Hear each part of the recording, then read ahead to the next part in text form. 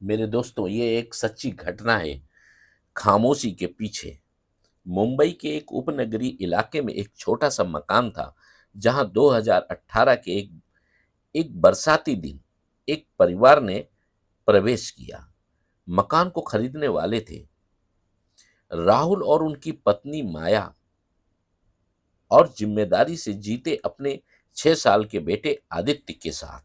मकान था 2 स्टोरी, पुराने पीपल वाले फ्लैटों जैसा, जहां दीवारों पर पुरानी रंगत, फर्श पर दरारें और एक बेसमेंट था, जहां एक पुराना बाथरूम भी था। टूटे फर्श की टाइलें, गंदी दीवारें और लगे हाथों ताला लगा देखते ही दिन दिल धड़कता।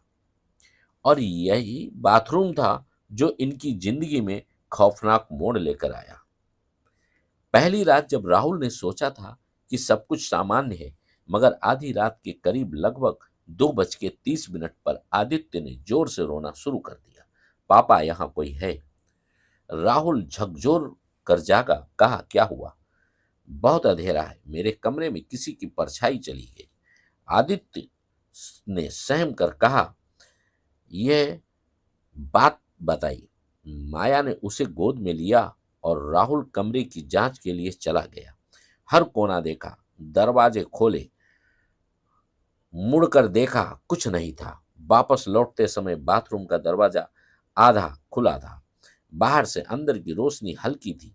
राहुल ने हवाबाजी की तो महसूस हुआ कि ठंडी हवा कमरे की तरफ आ रही थी। वह अंदर गया, लेकिन कोई भी आवाज या शोर नहीं हुआ। वापस जाकर उसने माया और आदित्य को थपकी दी, लेकिन रात गुजरी नहीं थी। हर घंटे एक आवाज, टप टप, किसी तोते की तरह मुंह से चुस्की लेते जैसा खौफनाक एहसास। एक बार आदित्य की लड़खड़ाई हुई और चीख से राहुल और माया की नींद दोबारा उड़ गई।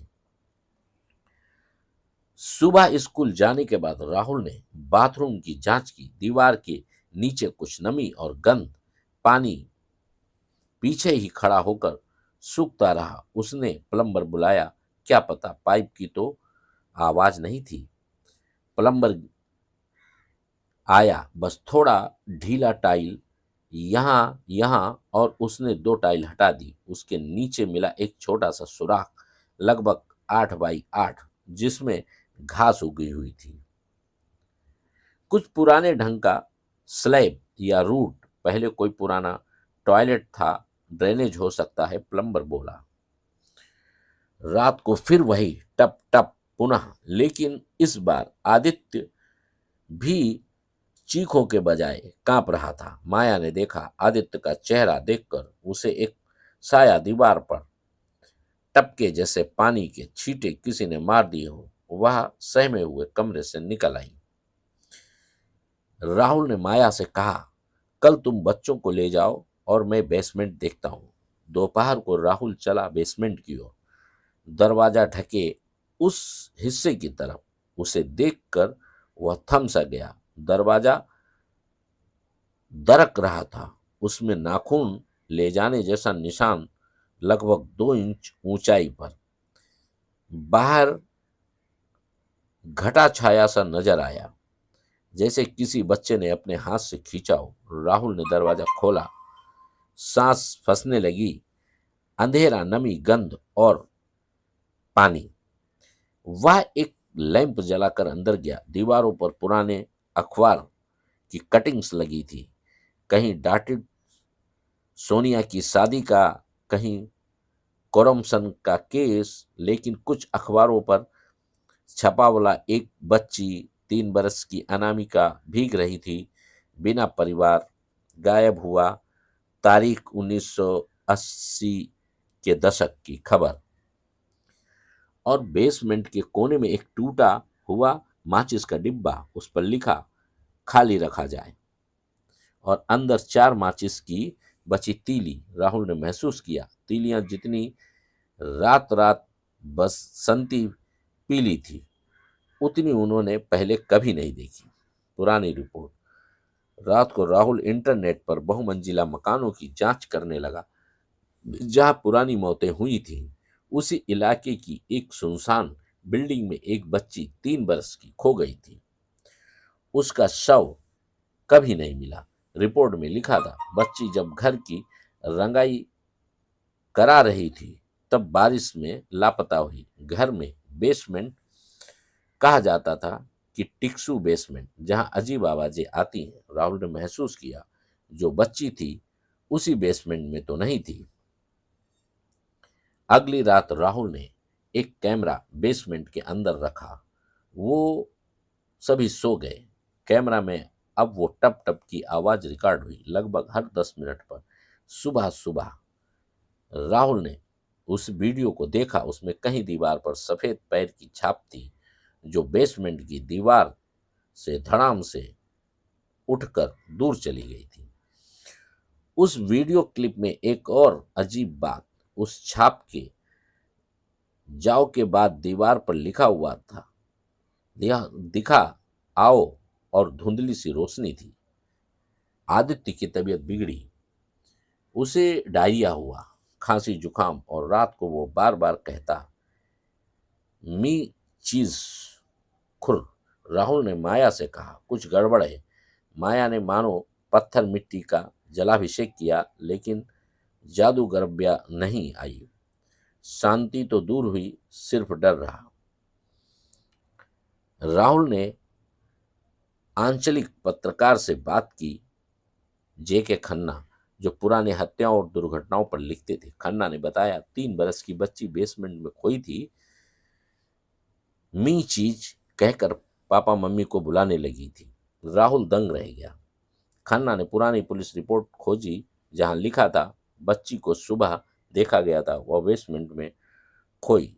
रात को पानी टपकने की आवाजें पड़ोसियों ने बताई और शांत हो गईं, और उस दिन बारिश भी थी और बिजली भी थी। राहुल ने तय किया वह परिवार को उसी रात निकाल कर चले जाएगा, लेकिन निकले कैसे? रात 1 बजे जब आवाजें शुरू हुई, राहुल ने कैमरे के साथ बेडरूम बना रखा था। आदित्य रोया, पापा मी चीज आई। आगे दीवार माया कांप रही थी, लेकिन दोनों ने हिम्मत जुटाई।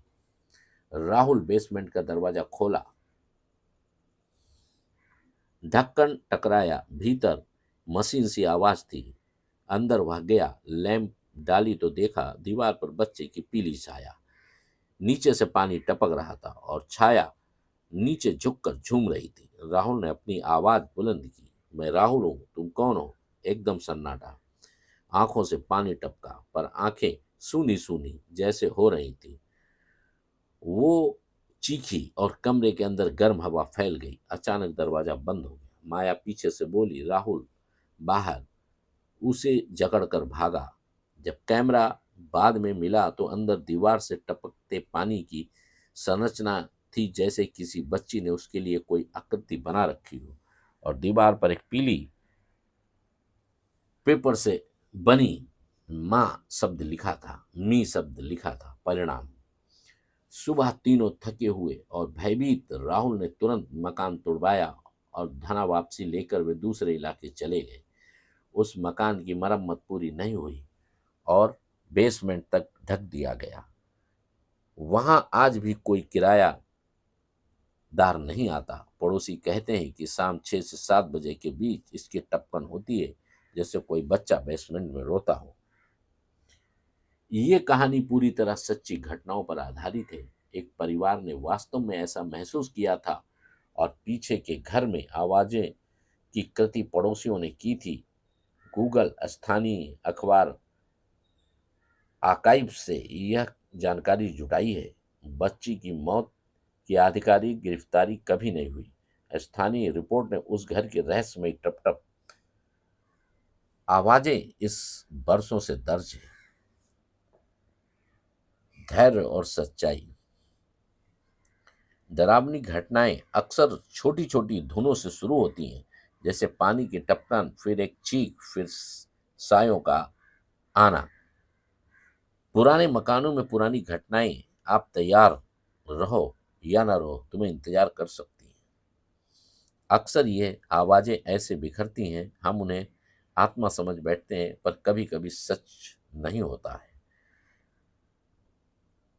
इस कहानी में कुछ शब्द लगभग 3150 हैं। उम्मीद है कि ये एक हर कहानी जो है ये मुंबई की है, सच्ची कहानी है।